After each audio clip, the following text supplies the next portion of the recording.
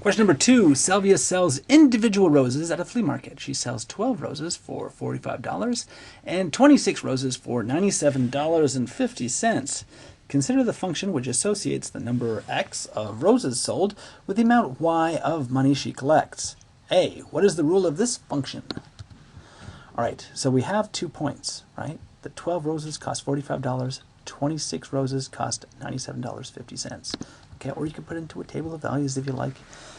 12 roses, 45, 26 roses, 97.50. Now, these are your x values on top, your y values on the bottom.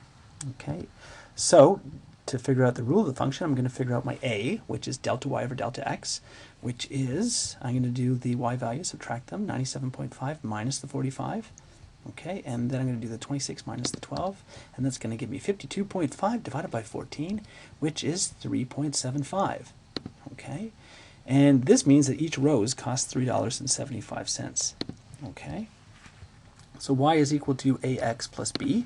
That's our general linear function.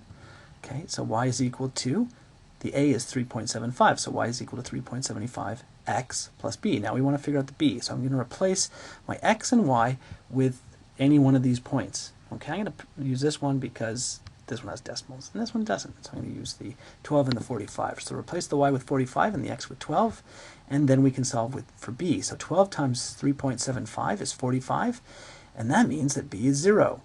Okay, now, yeah, like if b wasn't 0, it would mean you would be paying a base rate, a base fee, just, and then a certain amount per flower, which generally doesn't happen. So, yeah, so the rate of change is 375, and it means 375 per flower, and there's no like base cost.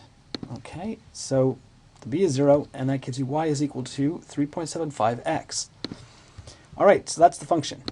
B, how much will 8 roses cost? So y is equal to 3.75x, and x is the number of roses, so we replace x with 8, and that gives us y is equal to 3.75 times 8, which gives us $30. Okay, so for B, the 8 roses cost $30. C, how many roses did she sell on a day where she collected $255? Okay, so the amount of money that the cost, or the amount of money that she gets, is the y values, right? So I'm going to take our equation here and rewrite it, but just make the y value equal to 255 and then solve for x. So we have 255 is equal to 3.75x. Then to solve for x, I'm going to divide both sides by 3.75, and that gives me 68 equals x. So 68 roses she sold, and she got $255. And that's it for question number 2. Have a good day.